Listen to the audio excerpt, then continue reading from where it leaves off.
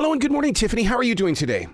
Hi there. I'm excellent. Very happy to be in conversation with you. How are you? Oh, you're using my favorite word, excellent, because anybody who uses that word lives that word. Well, I try to. I certainly try to. Tiffany, I'm very proud of you with this podcast, and here's the reason why. One of the things that I've struggled with for so many years is that the Native American culture can't get the younger people to tell the story of the elders. And so when you sit down and you talk with these family members and you talk about your grandfather and your father, it's like, my God, you are preserving something that someone is going to find in 20 years, and they're going to go, thank you, Tiffany. Now I know more about my family. This is the entire point, or you completely get it. It is an audio and visual time capsule because storytelling in so many communities of color are so important. And so how fortunate are we that we get to worship at wisdom of the elders before they join the ancestors and get all the life advice and guidance on this trail, this journey that we're all on. And I was looking at the landscape of younger people and people middle-aged and people older, and I've consistently thought we need to capture this. My friends joke with me because if I'm in a room with any elder, I'm going to get that life story. Yep. Whether we're related or not, I want to know what wisdom do you have to offer me? Because no matter how precocious you are or how mature you think you are, nothing can substitute actual days spent on this earth. And so this is such a close personal project to me. But what I hope is that other people will listen to it and the conversation will continue, because these are 30-minute episodes on the show. And obviously, you can't get all the life advice in 30 minutes. So I hope that people will walk away. It's a show that centers women, but I hope men listen and boys listen, because I want these conversations to continue long after we're off the air. Well, see, I expect a lot more guys doing that, because you know what? They didn't ask their mothers the questions, and they didn't ask their sisters the questions. And so what you're doing is you're planting seeds, and you're also leaving breadcrumbs for guys to say, okay, I get it. I get it. I hope so. I hope beyond the breadcrumbs, but the seed that you talked about, I hope it blossoms into other conversation and other dialogue that we have with each other. We talk about everything on the show. Or I have to tell you, I am completely unfiltered. I come from a news background. And so people see me like behind an anchor desk, and I've always been myself. But on this one, I am telling all my business. And so it's too late now because it's shot, so I can't go back. But I think about some of the things I say. I'm like, oh my God, my mom is going to see this show. But we are talking about our changing perspectives on sex. What does a 20-something feel about sex versus an 80-something or a 60-something? What do you wish you knew about money? And nobody's a financial expert, but just living. So if you're in your 60s and 70s looking at your finances, what is something that you wish you knew? What would you tell your 20-something? And then I think every generation morphs into, you kids don't know good music. And so when I found myself doing that, I felt too young to do that, but I find myself doing that. We even talk about how has music changed? R&B used to have such credo in the Black community in particular. Yes. It was kind of our soundtrack for life. And now when I hear some of these lyrics and they're so raunchy and they're all about sex, it takes a 20-something to call us out and say, well, you guys had raunchy music too. So the conversations that we have so much in our family, we pull them together. And maybe the conversations we're not having in our family, we pull them together and we put them out there. And I very much understood this would not work if I myself were not willing to be completely unfiltered and completely vulnerable in what I shared about my own personal life, my family life, my insecurities, my stresses, my sadness, as it relates to every part of my life. I had to put that out there. And what I found, the more vulnerable I was, the more vulnerable my guest was. Because each week I have an older woman and a younger woman, and the conversations that we have must be rich and open and unfiltered. And those two seats will always alternate. I'm the only constant. So it's a different older woman, a different young woman. And every time, if I am unfiltered, so too are they. So I know I have to just let go of it all. And I hope in that vulnerability, it will encourage other people to be open and unfiltered in their private conversations that they have in their group chats with their sisters, cousins, mothers, brothers, sisters, etc. But see, this is what I love about it, Tiffany, is that I'm tired of the texting. I'm tired of speaking to people on the Visiphones and things like that. I want to hear conversation. And that's what you're bringing back to this. It's like we're physically having a conversation. And I just happen to be in the front seat of my car, part of this conversation. Absolutely. And you are speaking my language but we're of a certain age. So I do try to remember that. But we didn't grow up with smartphones. No. Our entire communication did not exist in a DM. And so even that, or I look at young people and how they ask each other to dances, how they engage. It is always a written word, so much to the point that I sometimes feel like, do you understand there's a human being on the other side of this? They're not an avatar. This is a real live actual person. And that's why I knew this show would not work if it were done via Zoom. Like we literally create a living room. We create the comfortable space of being at your grandmother's kitchen table or sitting around with family. And we're saying, hey, you guys pull up a chair and come be a part of this conversation with us. And I think that is so important. It's funny to me that younger people don't know how to write cursive anymore. No. I guess they don't need to because they have computers. That's fine. There's always evolution. What we cannot completely evolve from, though, is the art of conversation, the art of relating to each other as human beings. And I'll tell you how this translates into other parts of our lives. Like we talk about sex, right? And with younger people, imagine being a curious little boy and you've been able to grow up with everything you wanted to know right at your fingertips about sex. And it's translated into some of these 20-somethings where sex is something that young men consider they do to a woman and not with a woman. And if that key piece of how we relate to each other is something that we can't even fully wrap our arms around, then what else is falling by the wayside? And how do we bring that kind of evolution to a screeching halt and say, wait a second, guys, we are still thinking, feeling human beings, let's not lose our humanity in this here society, despite what we see all around us. So I really hope. I mean, look, we're talking about funny things on this show. We're talking about thoughtful things on this show. We're talking about sad things on this show. We're open with all the topics, but I really do hope that it casts a wide net of influence on, at the end of the day, just how we relate to each other, how we love each other, because that is our superpower in so many communities. So I really hope people watch it. I Heart Podcast. But also they can watch on YouTube. And just to our point, or like, it's when you listen, it's one thing. When you watch, it's another. Both are equally important. And I'm doing this with Will Packer. Will Packer Productions. He's a Hollywood mogul at this point, a producer whose films have grossed more than $1 billion worldwide. So he's the one behind Girls Trip. And so many of your other favorite films. So many people came around to make sure that this seed blossomed into a beautiful garden. So we're still growing. And I invite you, your family, everybody who's listening, I invite you guys all to come plant a seed in this garden and subscribe, drop a comment, let me know what you think. And let me know who you want to hear from, because this isn't a celebrity driven guest show either, Earl. I have to tell you, we did have Dionne Warwick on the premiere. Yes, you did. But, there are people, there are grandmothers, like we have like just that old Black woman in the community in the Bronx who just loved everybody's kids and adopted kids. And, like she's not a household name, yet when you see her, you know her. She is the familiar neighborhood matriarch. And it's not a celebrity, but the conversation is just as rich. I wanted to make sure that this wasn't celebrity driven, that people would just show up for the conversation. Real people. So we'll have a little bit of both. One of the things that I love about working with the younger generation, I had a first-year college student yesterday come up to me. He's got an interview today, and he goes, I don't know how to talk with people. And I went, of course you don't. I said, that's your generation. And I said, what you need to do is you need to take the attention off yourself and give it to them. Let them, ask them the questions so that you can become a part of their journey. Remember, it's their job they have open. You don't have that job. They're coming to get you. So now you've got to be a part of them. And they don't know how to speak that language. I think that's so key. Like I said, the art of conversation. Yeah. And then, again, I hate sounding like the get off my lawn older person, but also just centering yourself in humility. And I want to, in this show, I want everyone to feel like you have a voice and your voice deserves to be heard. So we're not there to just admonish the 20-something who's a part of the conversation, because quite frankly, sometimes the 20-something has something to teach me. They have something to teach me about work-life balance. It would not have occurred to me in my 20s to tell, an older person to even say that the phrase, it didn't even exist, work-life balance.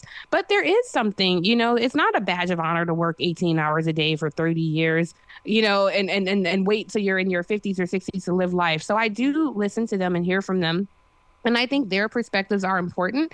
So it is that unique balance of center yourself in humility and learn from the elder on the panel. Yeah. But I too center myself in humility and understand that life is a journey and I don't have it all figured out. And while I have wisdom to impart on a 20 something, I have something to learn from a 60 something or 70 something on the panel. I also equally have something to learn from the 20 something. So I'm very open in that regard. So I don't want the young people to think that we're just sitting there like, you kids don't know how life was. It's not that. We're saying, tell me your perspective. Tell me what we're missing about your generation, because maybe in this learning, it will, change how we view life and change how we communicate. So it really is an equal, healthy exchange of ideas, ideology, and just life and just sisterhood.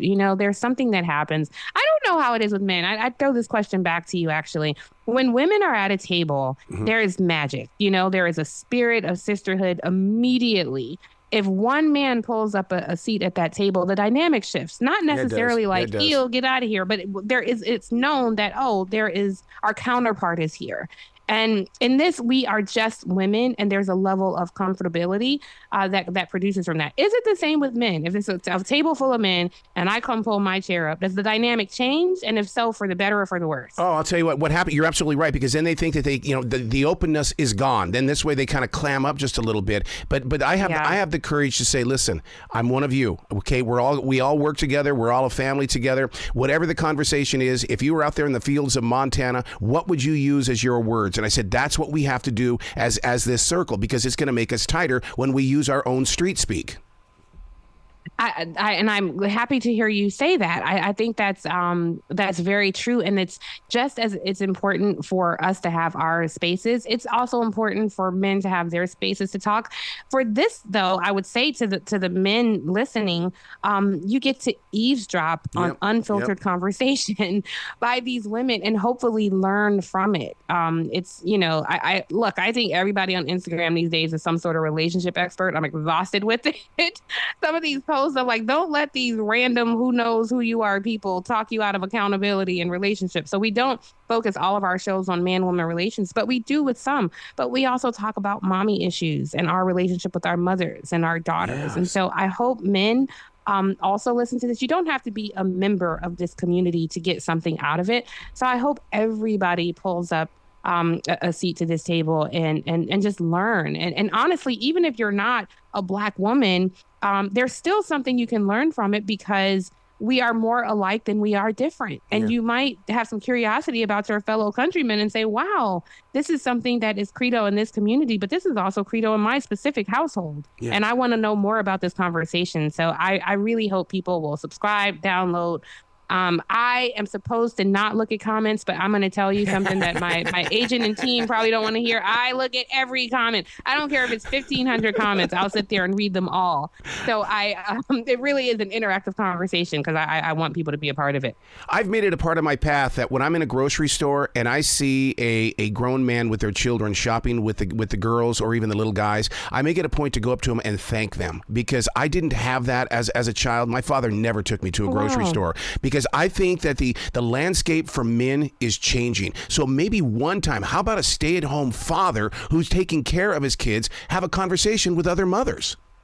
At 100%. And I'll tell you, on an episode that's available now, we actually talk about gender roles. Good. And how gender roles have changed. Because you think about, listen, my grandfather didn't lift a finger when he walked in the house. My grandmother had his dinner ready. She plated his meal for him. When he was done, she got that plate.